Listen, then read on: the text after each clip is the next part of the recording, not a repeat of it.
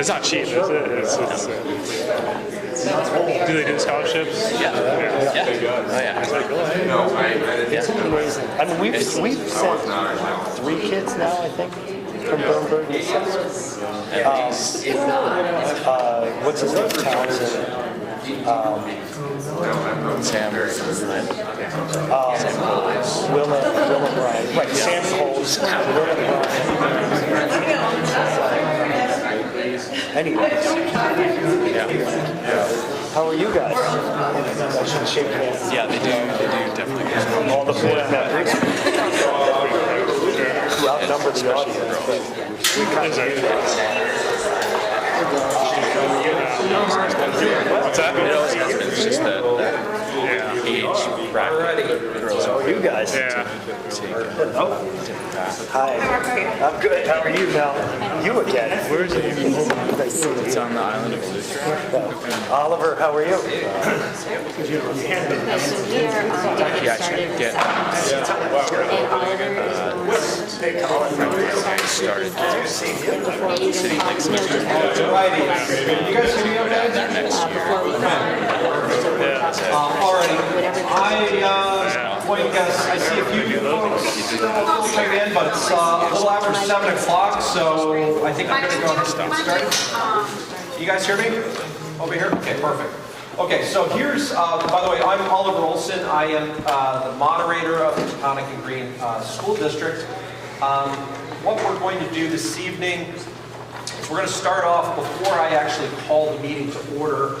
I am going to ask the school board members to introduce themselves, and after that, if the technology works, we will hear an update from our local legislators. There'll be some opportunity for Q&A, and once we're through with that, then I will call the formal meeting to order, and I'll go through all of that. So, without further ado, we'll start with our district clerk, Sandy. Okay. Just pass this up.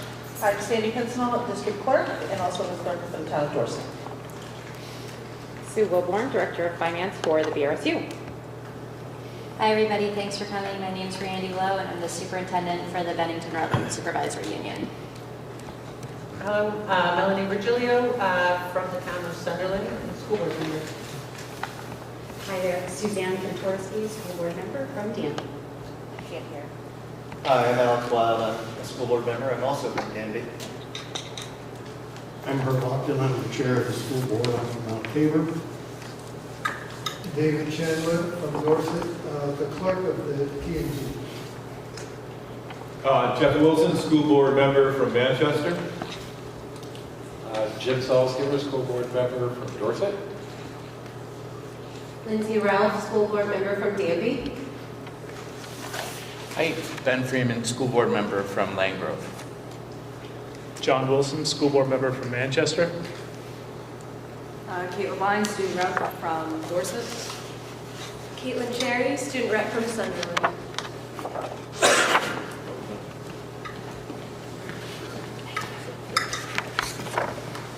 Can I get the students' names again? I'm going to after.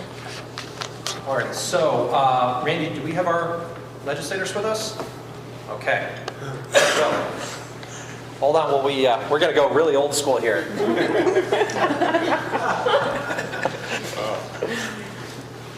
All right, you're up. Okay, can you hear me all right? Yeah, just go kind of as loudly as you can. Okay, I will project as if I'm standing in the front of the room. Hi everybody, I'm Mike Rice. I represent Danby, Dorset, Landgrove, Mount Tabor, and Peru. I also sit as a member of the House Agriculture, Food Resiliency, and Forestry Committee. I want to give a brief update on some of the work we've been doing there that's relevant to all of you. So one piece is, just want to start out by saying the food resiliency part of that title of the committee is new this year. And it is the reason why for the last several weeks we've been doing a lot of work on H-165, which is a bill around universal school meals. So we received this bill because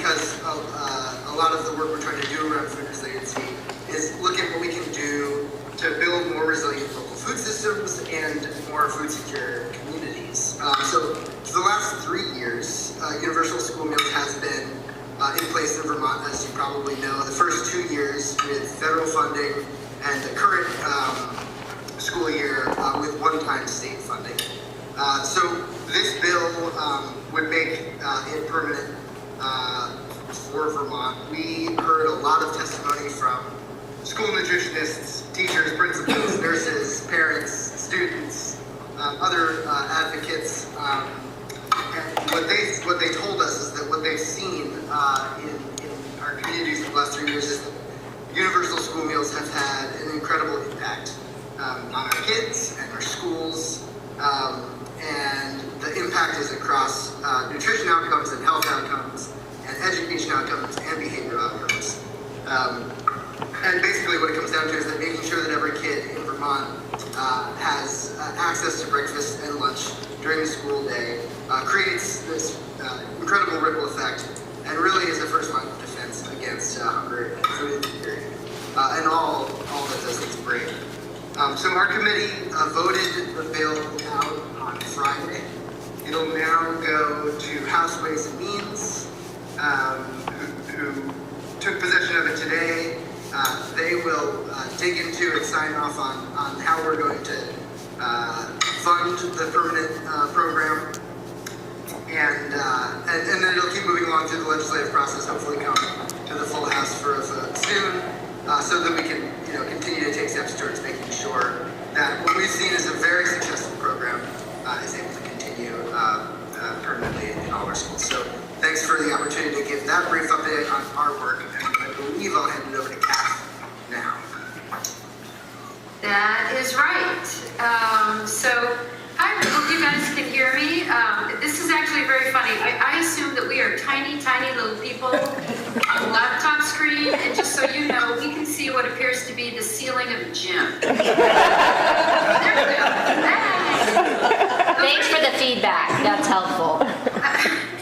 So, yeah, I thought, so this year I'm Representative Kathleen James from Bennington 4 District, which is Manchester, Arlington, Sandgate, and part of Sunderland. And this year I'm serving as Assistant Majority Leader and also serving on the House General and Housing Committee. So that's a committee switch for me. I've been the past 4 years on education. But anyway, I thought folks might want to hear a little bit about the work of the Ways and Means Committee tonight. Even though I don't serve on that committee, I checked in with the committee chair and got a little thumbnail of their work. So, unfortunately, it's a little bit too early in the session for us to have passed the yield bill. That'll be coming along in a couple weeks in mid-March before our mid-session crossover deadline. But what I can report from Rep. Kornheiser is that it is still looking as though the education fund is going to have a surplus. And so, the question always in the legislature will be, how can we wisely invest or use that surplus?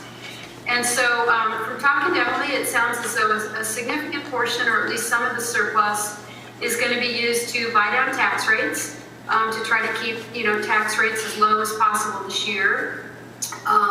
Universal School Meals, assuming that bill that Mike just talked about passes and makes its way through the legislature, will also be something that'll be coming out of the Ed Fund in all likelihood. We really want to set aside some reserves this year, so we want to make wise use of that surplus to set aside some reserves, anticipating the fact that the new pupil weights will be kicking in next year, and that we might need to stabilize tax rates then. And then also a lot of the federal spending is going to be starting to tail off, the ESSER money and some of the other federal spending. And we want to make sure that schools and the Ed Fund aren't looking at any kind of cliff. So those are two possible uses for the reserve. We also are going to need to make sure that we have some money to help schools with PCBs, because as everybody knows, that PCB testing is underway statewide. We always talk about, whether we need to raise or should raise new revenues. One of the perennial ideas that comes up is the idea of a cloud tax. That's a tax on pre-written software. So software that you download and access in the cloud, like, I don't know, Quicken or something.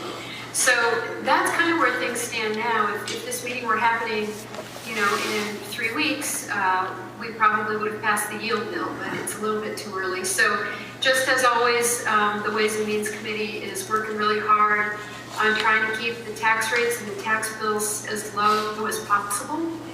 And one thing I thought I'd toss out there, nothing else to report about this except for I did want folks to know that the Commerce Committee and the Education Committee have set up a cross-committee work group, and they are taking a look at ideas for around teacher recruitment and retention. And if folks want to learn more about that, I can certainly check in and find out, and we can send some kind of report back.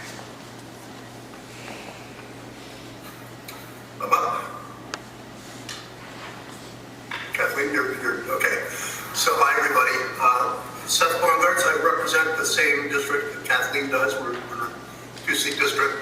And I want to talk a little bit about school choice and the make a decision on H258 tonight, just to give you the best update that I can. But I want to just start by expressing, and I know this is on behalf of Kathleen and Mike and Robin, Chestnut Tenderman, and Kelly, just our deep appreciation for the teachers and staff and leadership and everybody associated with our mosaic of public and independent schools who got our kids through COVID. We are really aware of the toll that took on both kids and everybody involved in the system. And we are incredibly just grateful for the way that everybody in the system rose to the challenge and got our kids through COVID. And we know that this challenge is still there, and there's still lingering issues that people are working through. But I just wanted to then go on and just talk a little, we all know that we have an incredibly effective system with that mosaic of public and independent schools, public elementary, and our independent high schools in our area, in our server area, incredibly well, and our kids incredibly well for nearly 200 years. But as you also know, that system has not always been popular with other parts of the state, where either a combination of they don't understand it or for other reasons are hostile to it. And as those of you on the board know, the Carson v. Macon decision kind of threw a wrench into things. I won't go into the details of Carson v. Macon and what all the implications, what all the implications might be, but except to say that the opponents of choice, the opponents of independent schools, have seized on Macon and tried to turn it into, use it as a vehicle for doing the damage to our system that they have wanted to do for a long time. To state the obvious, H258 is, if it were to be taken up and moved forward, would represent an existential threat for our communities, for our kids, for our communities, and really the way of life in our district. But the real message, a real message I want to send tonight is that under the radar, hasn't gotten a lot of attention. The real work of the Education Committee may be, and it's a little hard to tell, as much as we try really hard to stay in touch with the committee.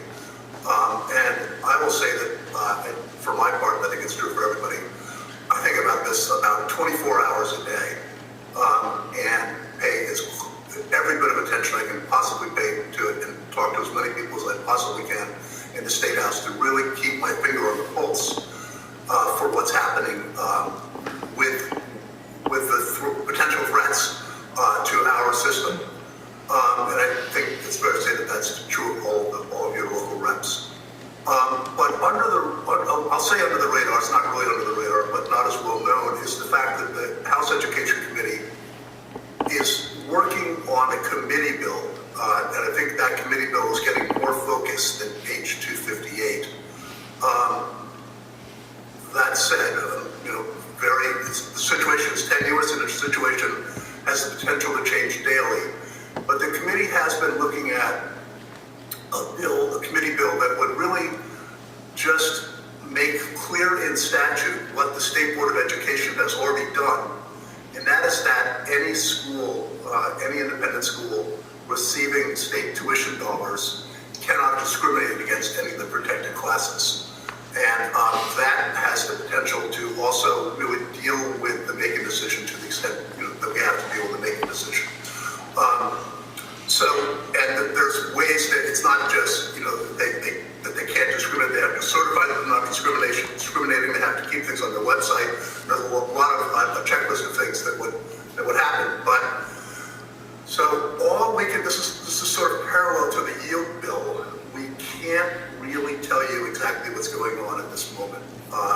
It's going to emerge a lot more clearly, I think, even by the end of this week.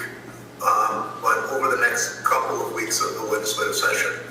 But we are hopeful, maybe even cautiously, very cautiously optimistic that the vehicle, that the change may come in the form of the committee bill, looking at ensuring that there is no discrimination against any of the protected classes.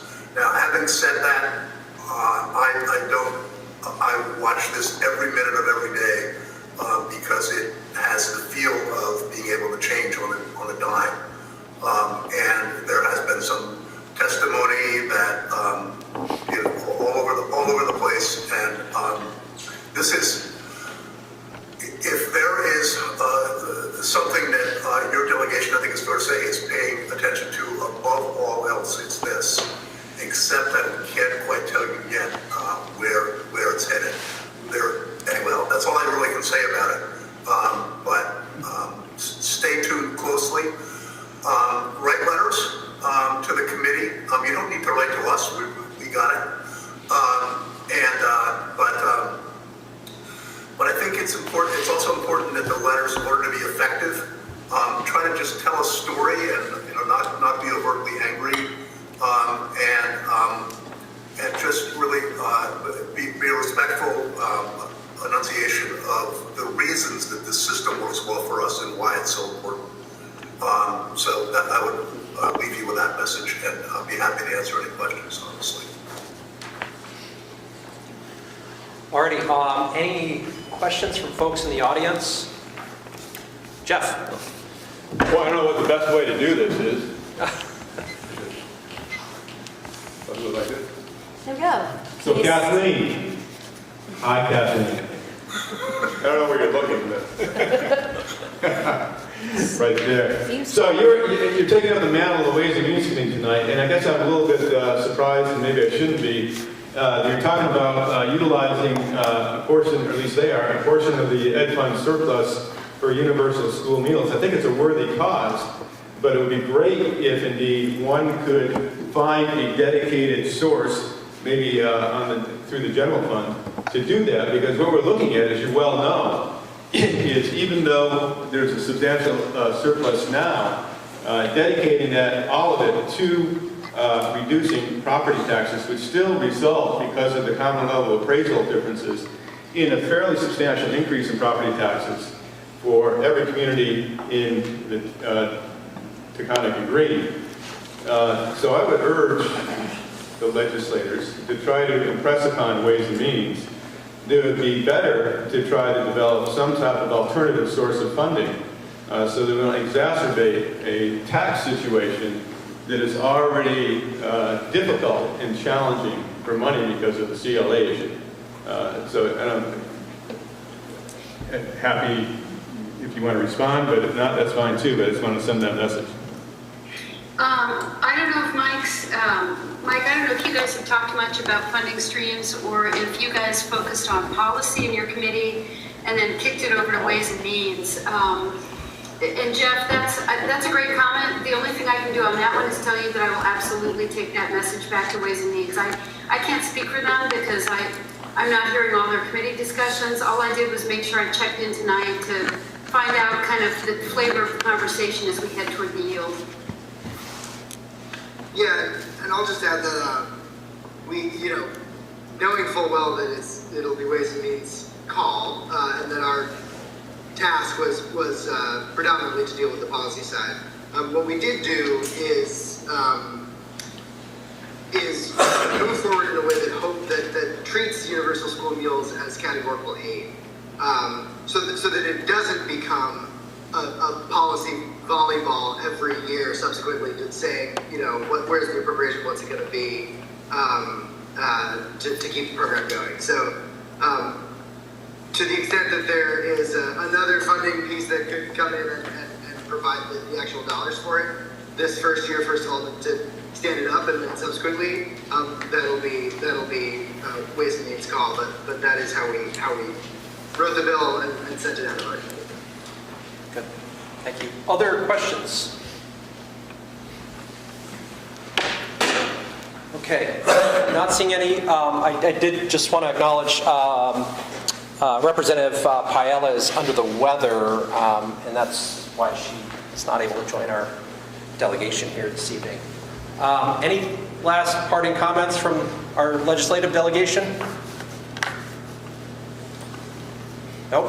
Thank you. Alrighty, thank you so much. Thanks for having us. Thank you. Thank you. Alrighty, well with that said, I will formally call the meeting to order. It's now 7:27. And so just before we move through this, some housekeeping matters. So first of all, how many of you are attending Taconic and Green annual meeting for the first time? Just quick show of hands. Okay, so we have a few new folks. Okay, is anyone in the room not a voter within the Taconic and Green district? Okay, so we have several folks. So just as a reminder, this is a public meeting. Everyone here is welcome to be here. But I do want to point out that if you are not a voter within the district, you may not vote. We only have a few items that we're actually voting on this evening, but obviously you are unable to vote. And you technically are not able to speak, but the practice has always been that absent objection, we certainly will provide that opportunity. But if somebody does raise an objection, we'll have to ask for permission from the floor. So a few other items.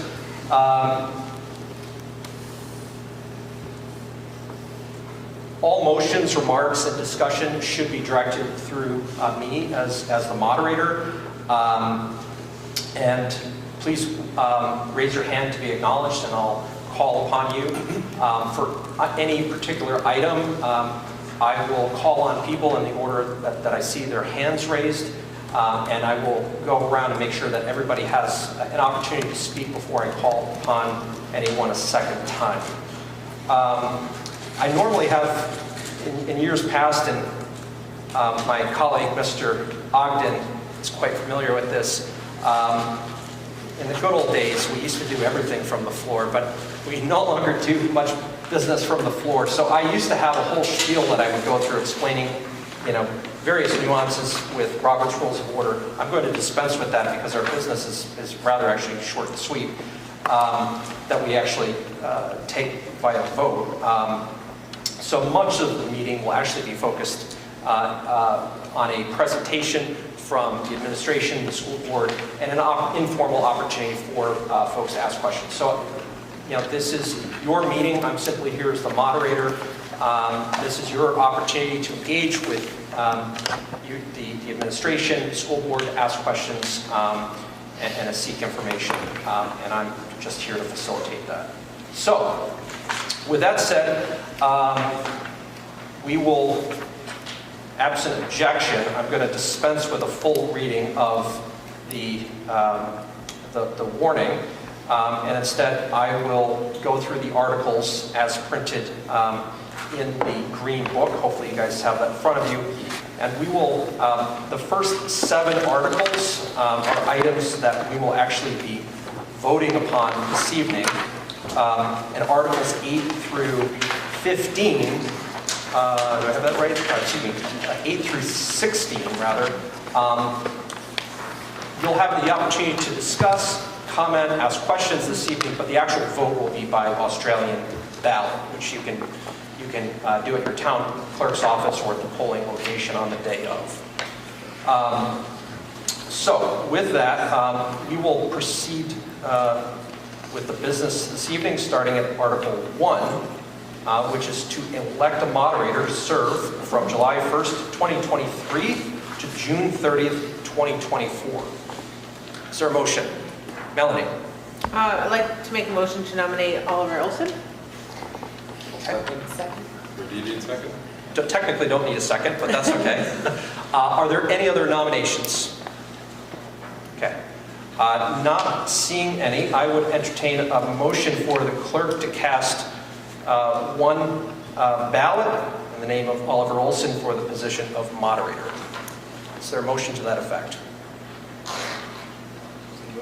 It's been moved by Mr. Wild. Is there a second to that motion? Seconded by Mr. Salzgiver. Is there any discussion? Seeing none, all those in favor of the motion, please signify by, if you are a voter, I would remind you, please signify by saying yes and raising your hand. Yes. All those opposed, please signify by saying no and raising your hand. The ayes appear to have it, the ayes do have it, and you have elected a moderator. Thank you for your continued support. So. Oliver, who did make the motion? You asked for the motion. Mr. Wild moved, and it was seconded by Jim Salzgiver, yes. Okay. Article number 2 is to elect a school district clerk to serve from July 1st, 2023 to June 30th, 2024.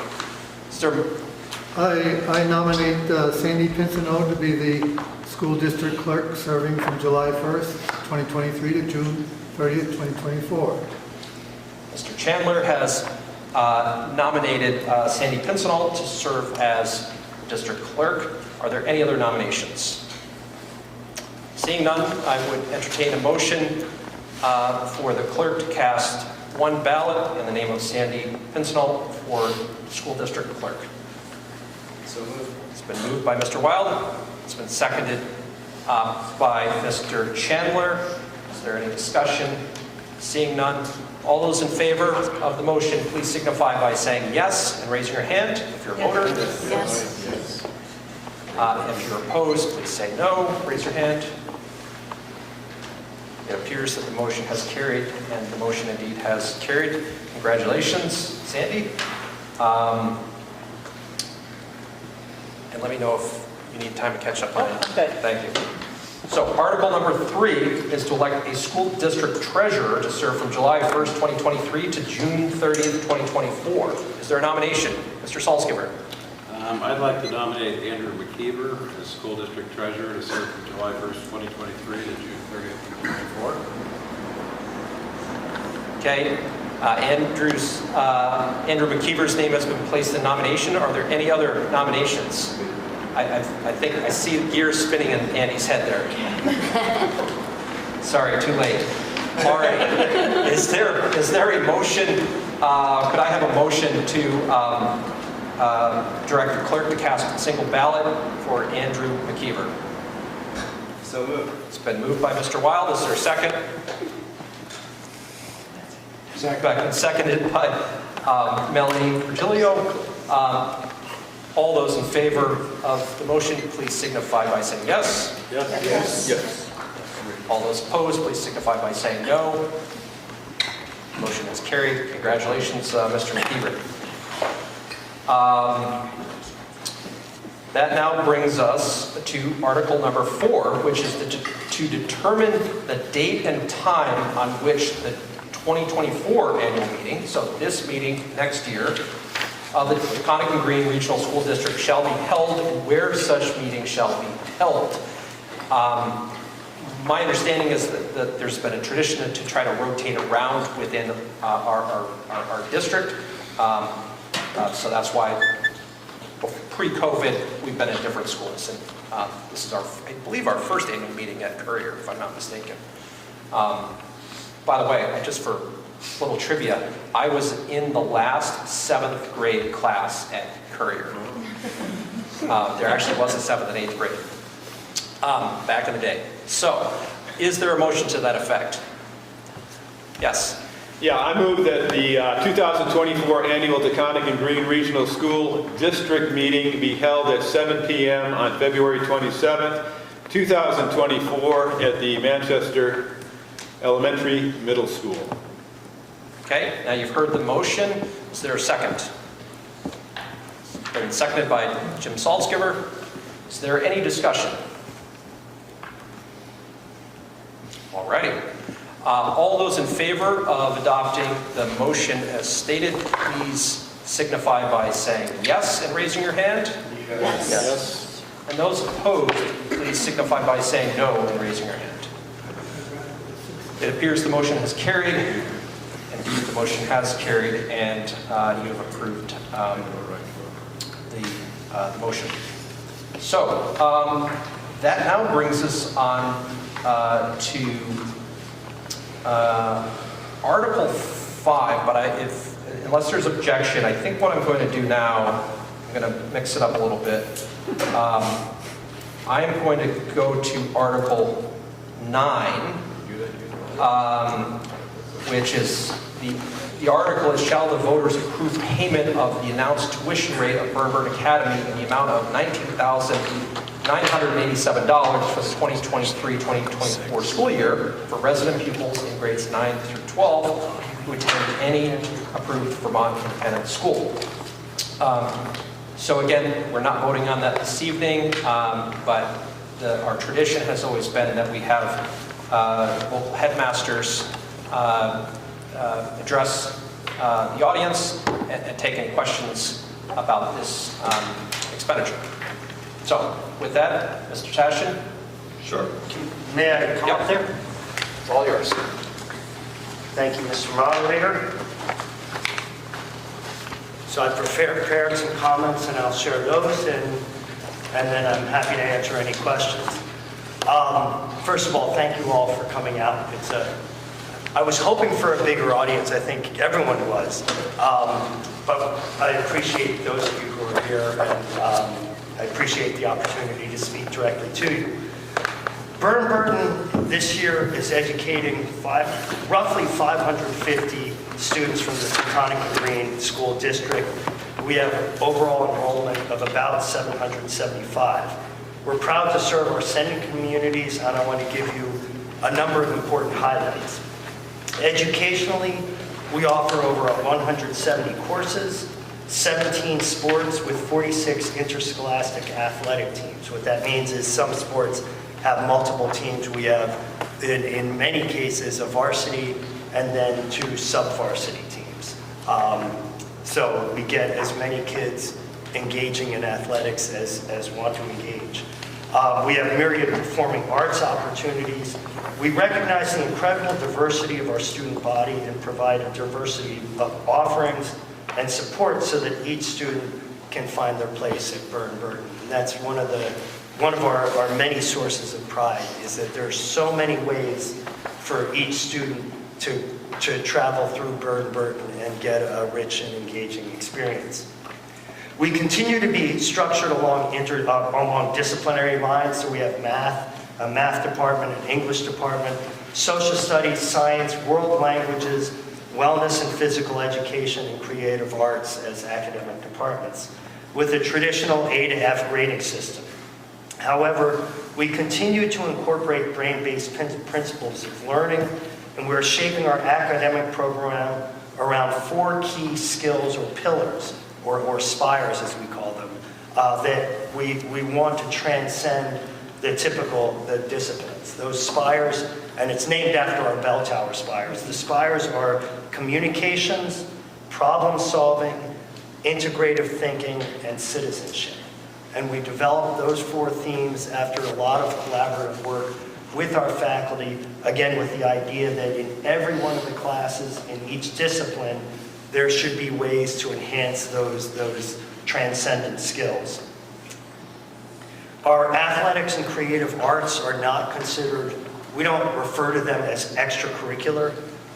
We believe deeply in education-based athletics and education-based theater and performance opportunities. So we have every expectation that our coaches, our educators, that our directors, and that our theater personnel are educators as well. We want the whole experience of Burton first and foremost to be educational. In terms of economics, I'm proud of our workforce, and those of you who are parents of Burton students, I hope you're proud of our workforce and our teaching force as well. We care deeply about kids. We're committed to creating engaging, vigorous educational experiences, and that's a phrase we use over and over again. Many of our faculty have extremely long tenures, and many spend their entire teaching career at Burton, and we want to be the kind of school where people come and have the opportunity to grow and feel like they can support a family and live in our community and continue to teach at Burton. So we think we do that. It doesn't come cheaply. Salaries and benefits comprise over 70% of our total expenses. Over the last 5 years, benefits have increased on average over 11% annually. Next year, medical costs will likely jump another 10%. And I'm not telling any of those of you who work on the budgets in the other Taconic and Green schools anything you don't already know. It's crushing. We continue to work hard to manage costs despite the inflationary environment, and we're in a particularly inflationary environment right now. Our tuition increases have remained, for the most part, below 3%. That's certainly our average over the last 10 years has been below 3%. This one is not. This tuition increase that we're asking for is 4.1%. And it's basically about half of what the prevailing inflation rate has been. And we're passing the entirety on to our workforce, to our faculty and staff, in the hopes to help them partially offset the inflation that they're experiencing and that we're all experiencing in our lives. I will say this, what's been very clear, and I've now lived through, I'm old enough to have lived through multiple inflationary cycles. Everyone loses in a high inflation environment. And so all we're trying to do is minimize the loss and keep everyone, taxpayers, teachers, staff, administrators, as whole as possible, and with the hopes that inflation comes back down to where it's been. I know we're not a perfect school. I don't think a perfect school exists, but I'm incredibly proud of the role that Burton plays in the lives of our students and in the lives of our community. Our connection to our community, our reliance on all of you as citizens, our hope to always be partners with all the Taconic and Green towns, and in fact with all 13 of our sending towns, and with the many other towns that send students to Burton. We want to be partners, and we want to be a source of strength to the towns. And I also know that your support is a tremendous source of strength to Burton. We'll keep trying to get better and better, and we'll do that from, I hope, what you create is a source of strength. So with that, I'm happy to answer any questions. And again, I thank you for being here. I have one question. Yes. What was your third fire? I'm glad you're taking notes. So, communications, problem solving, integrative thinking. So really thinking about bringing disciplines together, and then citizenship. Got it. Great. Thank you. Thank you. Thank you very much, everyone. Thank you. And now, many of you have known Mark for many years. He's been a regular fixture at these meetings. But I'd like to introduce Colin Igo, who is the new headmaster at Long Trail School.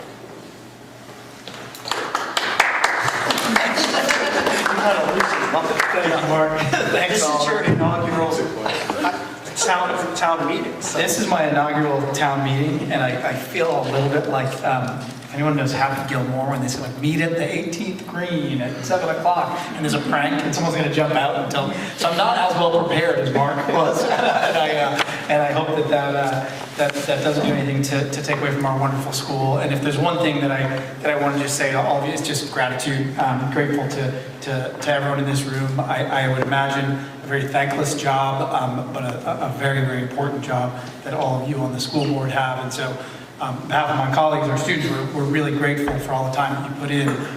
And so if you don't hear thanks, hear it please loud and clear from myself and from us. And I'm also thankful for the community as a whole. As Oliver mentioned, I just started it July 1st. The warmth that I felt from the Long Trail community, my family has felt, but also from the entire community in southern Vermont, and that includes especially Mark and Bird Burton as great partners in the same goal that we all have, which is to educate kids, to develop kids into fine people that are ready to go out to the world. To lead meaningful lives. And in fact, that is our mission at Long Trail is to create lifelong learners who aspire to reach their individual potential in an engaging, supportive community. And that's underpinned by 5 core values. Those core values are integrity, openness, responsibility, stewardship, and kindness.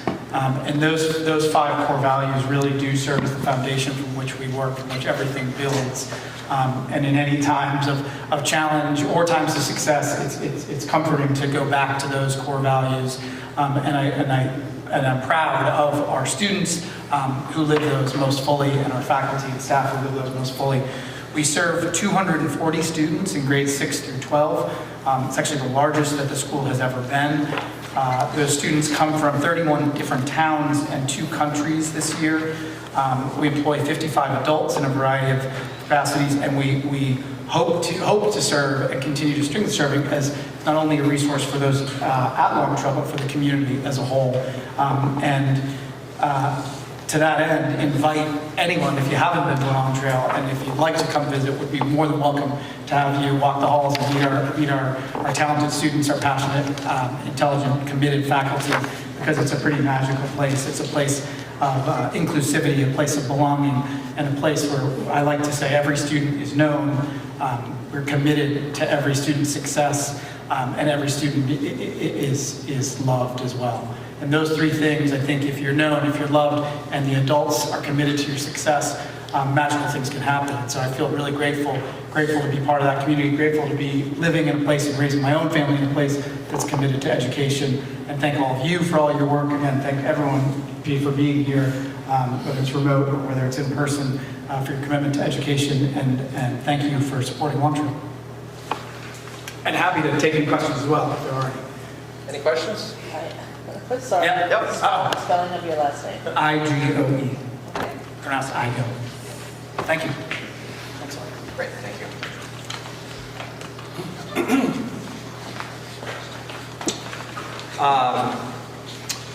So with that, we will go to article number 5, which is to hear upon the reports of the school directors and officers. So Mr. Ogden or Randy, which of you would like to take this one? Would you rather speak from here or there?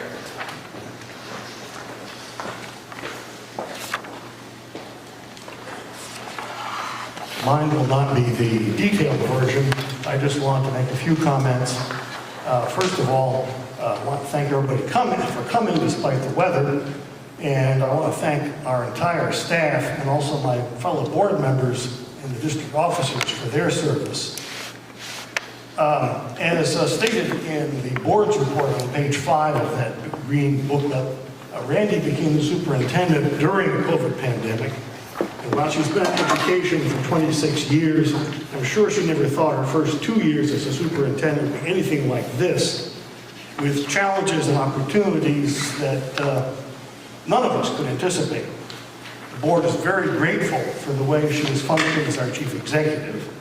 We're also very grateful to the teachers, the paraeducators, and the other staff in our schools and in the supervisory union office who cope with new and confusing situations, often going beyond their normal duties to keep serving our students. We are concerned that the pandemic worsened an already existing shortage of teachers.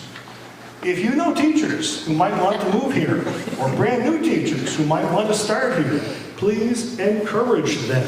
We may need them. Last year we had 0 applicants for some positions. As you can see from this year's report, some positions are still not filled. Granted, having unfilled positions allows us to save some money. We can't keep operating like this, particularly when our students are recovering from a pandemic, when learning was unusually hard for many, if not most of them. Finding substitute teachers was a special problem. Please see Superintendent Lowe's report on page 10 of the Green Book about the added positions that we're adding to compensate for the lack of traditional substitute teachers. We are also getting into more detail on the idea of having a regional middle school. The committee set up by the superintendent has identified advantages and disadvantages, and you can find more about that on pages 9, 10, and 22 of the Green Book. All right, a couple things about particular articles. Article 8 is a routine thing. It lets us borrow. It tides us over until tax payments come in. Article 9, the secondary tuition, asks you to authorize, when you vote by the Australian ballot, to pay the burden rate for Vermont independent schools. And by law, the state average for other independents, and then we have the announced rate for public schools. The details are on page 25 of the report. Unlike most Vermont school districts, as you've heard, we don't operate a high school, so we pay tuition at the burden rate, which is the lowest tuition charged by a local private school. Unless we wanted to operate our own high school or find another good school with a lower rate, we pay what burden charges. Looking at Article 10, spending on the regular budget. Spending per equalized pupil has increased 9%. This is a little higher than the overall increase of 7.9% because costs are up while enrollment is down. Costs are partly up because we're still compensating for the lack of learning during the COVID pandemic. And you can see pages 24 and 63 of the report, among other things, for some more details about that. Tax calculations are always a difficult thing. First of all, what's in your Green Book is only an estimate because, as you heard, I think, from Representative James, the legislature sets the rate only after all districts report their budgets. And this makes sense in a way because until that point, the legislature doesn't know what the total statewide spending is. Unfortunately, because of the calendar, that always happens after we vote our budget. There are some other reasons why the calculation is difficult. Vermont relies heavily, although not primarily, on the real estate tax to fund education. I should say not primarily on the residential real estate tax.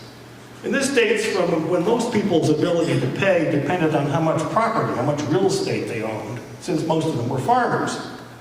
But this relationship of property to ability to pay gradually disappeared, and some folks had to choose between paying real estate taxes they could barely afford or selling their homes. So the legislature added income sensitivity, which allows the tax on homesteads of many people to be paid on the basis of income. The result in our district is that 59% of the residents don't pay the tax rates that you see in our Green Book. They're shown on page 31. And the percent who benefit from income sensitivity ranges from 31% in Land Grove to 84% in Mount Tabor, next door here, where I'm from.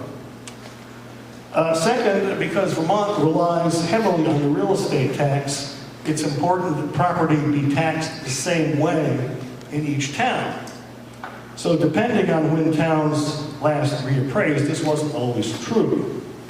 Therefore, the legislature added the common level of appraisal And this adjusts the education tax rate depending on whether a town over or under appraises.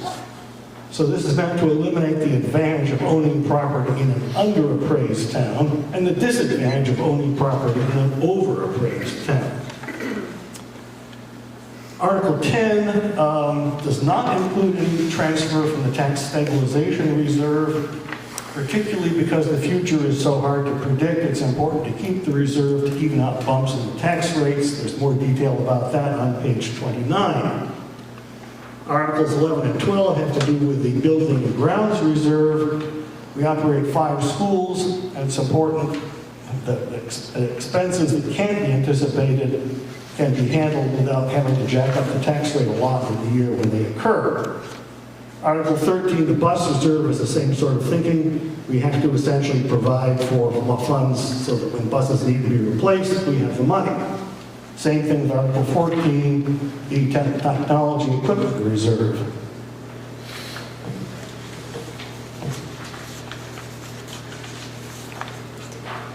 Article 15,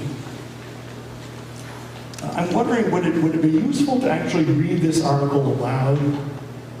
How many folks have already had a chance to read it? Looks like most folks have not had a chance to read it. With the permission of the moderator, I think I'd like to read this one aloud.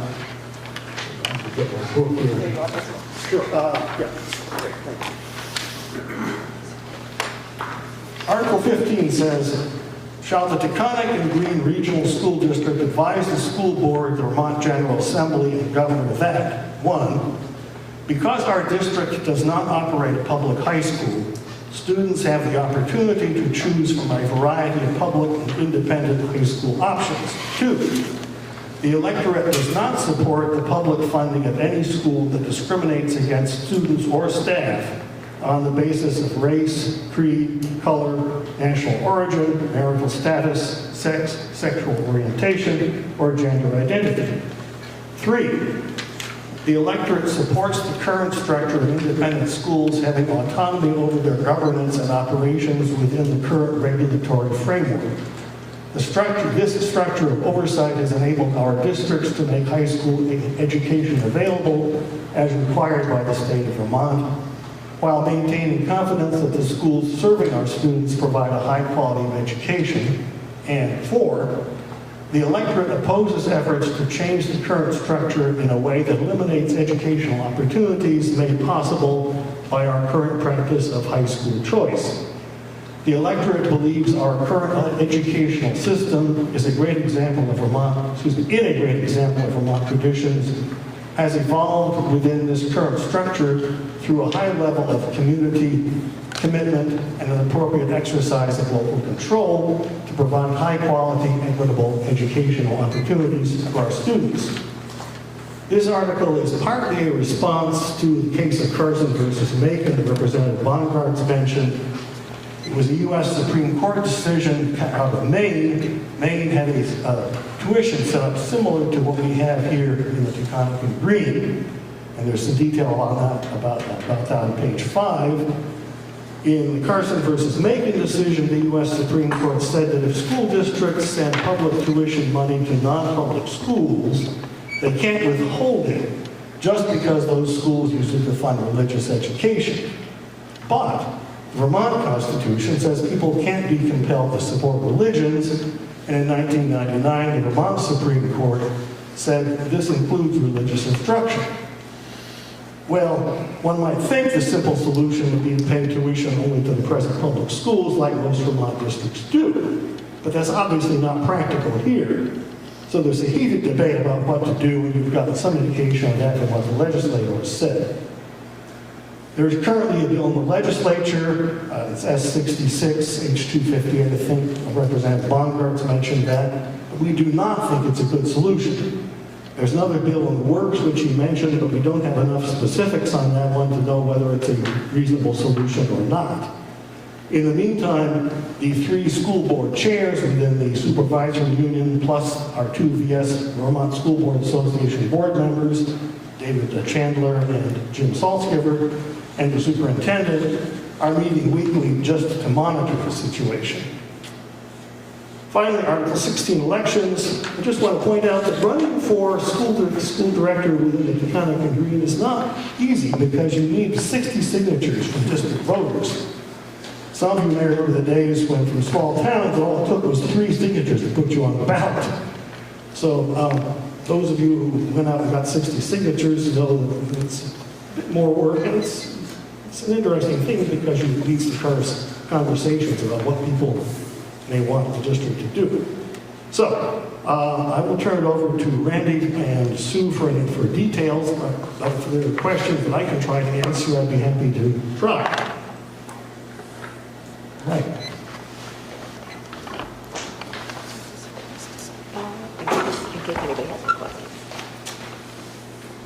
What questions can we answer for you?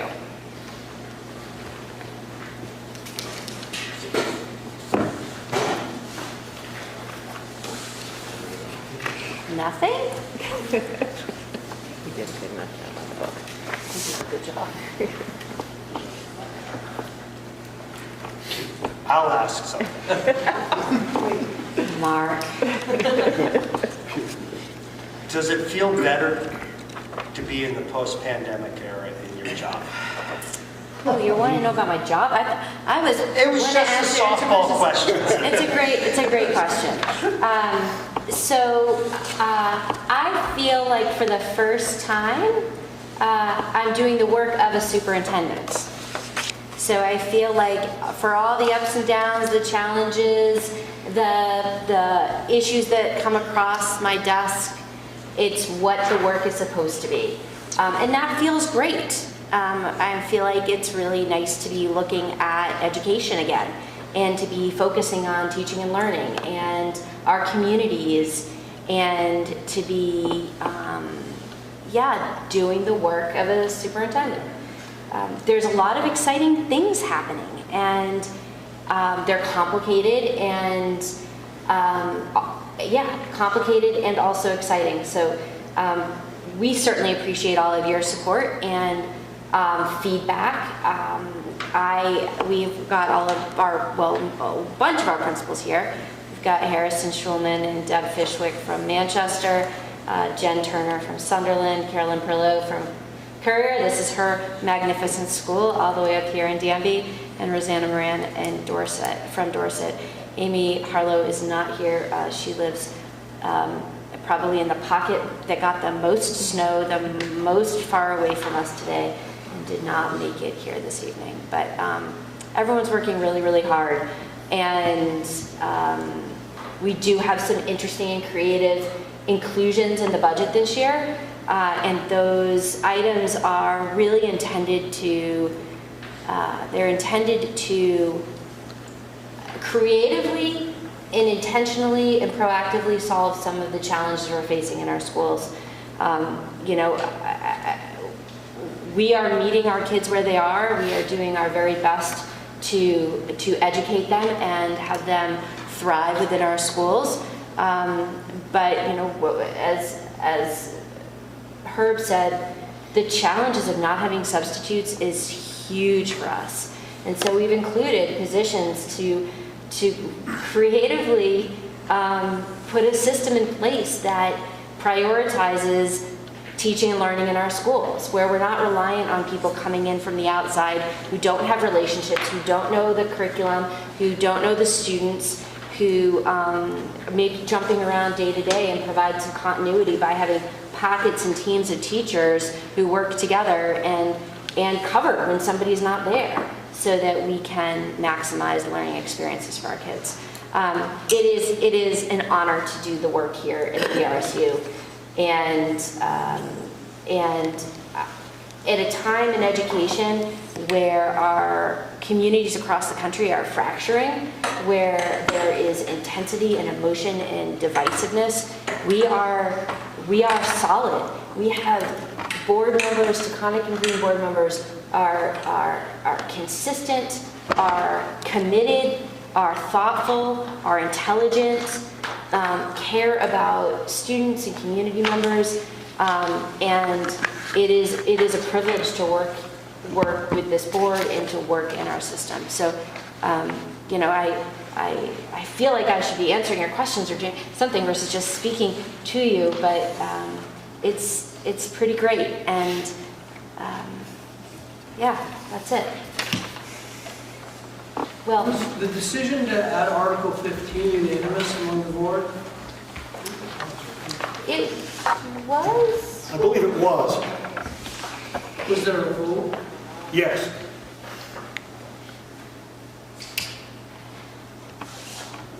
I can speak a little bit to that.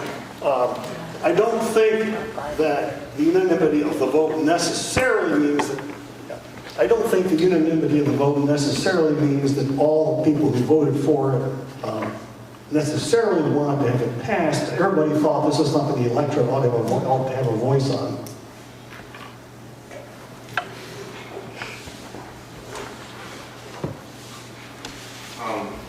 If Article 15 does not pass, and pardon my ignorance, I'm new to this,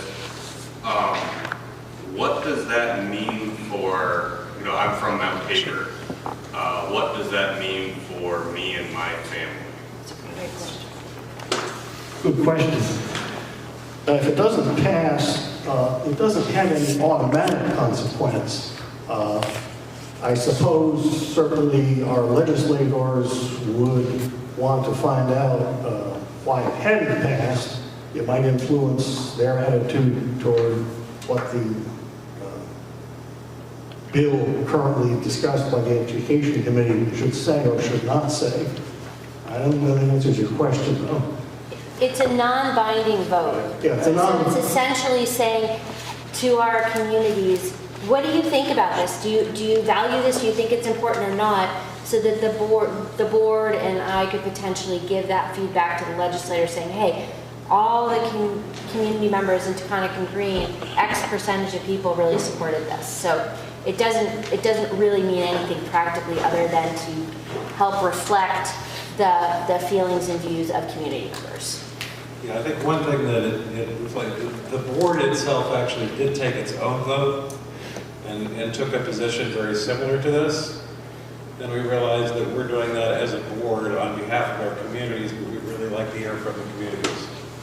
And it does send a significant message to our legislators, to, everybody. It's going to the governor the whole bit.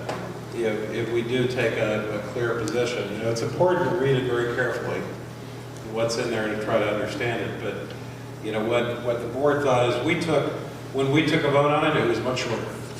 And so now asking you guys, giving you a little bit more context, and hoping to have the community, tell us whether they agree with what the position the board took, and so we can communicate that.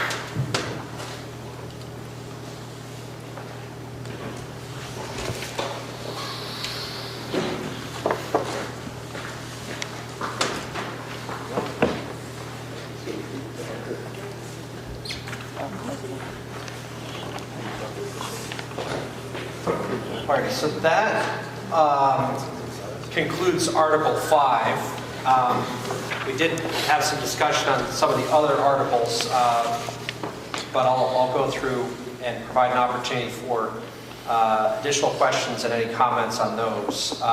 So that now brings us to Article 6, which is to discuss the articles to be voted on by Australian ballot. And as Mr. Ogden mentioned, there are a few of these articles, the various reserve funds, etc., are regular sort of annual features and are I think he explained those.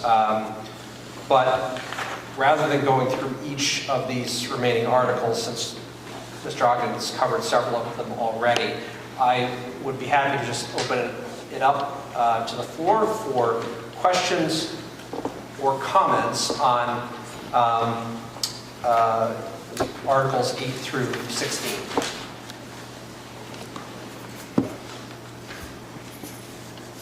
Yes? Curiosity. Oh, yes. 1 second. Is there a reason? Yes, sorry, yeah. And if you could identify yourself when you raise your hand for the clerk. Stephanie Meyer from Danby. Stephanie, last name? Meyer. Meyer, got it. Is there a reason the Danby officer is for a 1-year term and everybody else is for a 3, or is that just serving out an existing term? Great question.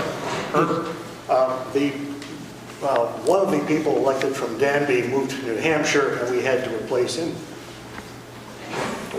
So it's serving out the remainder of the term. Right, so as our clerk points out, this is to complete the term of the person who had to resign. Other questions or comments? Can we get the gentleman's name that was from Mount Tabor? Yes, gentleman from Mount Tabor. Matt Gasparetti. Matt Gasparetti.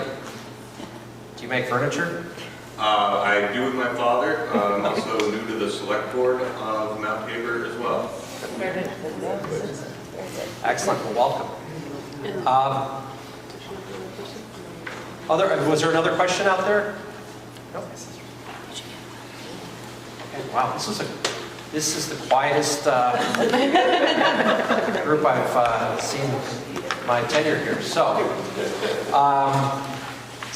with that, I just turn it to the board. Randy, administration, any parting comments? Not for me. Okay. So before I entertain a motion to adjourn, which I think is, there's Article 7, which is to transact any other business which may legally come before this meeting. Okay, I'm not seeing any. So just as a reminder, Articles 8 through 16 are voted on by Australian ballot, which you can do the day of at polling location identified on the warning. But keep me honest here, you can also vote at your local town office early, collect a ballot. I would not recommend putting it in the mail probably at this stage, but you can vote at town office, correct?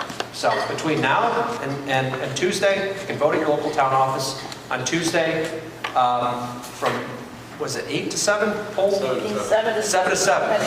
They vary from Yeah. town to town, though. A little bit different. So refer to the warning for the specific polling location, which may, in some towns I know, not necessarily at the town office. With that, I would entertain a motion to adjourn. Okay, been moved by Mr. Ogden. Is there a second? Okay, it's been seconded by Melanie Virgilio. All those in favor of adjourning, please signify by saying yes and raise your hand. Yes. And those opposed, raise your hand. Any abstentions? We stand in adjournment, and thank you again for joining next time. Thank you, Albert.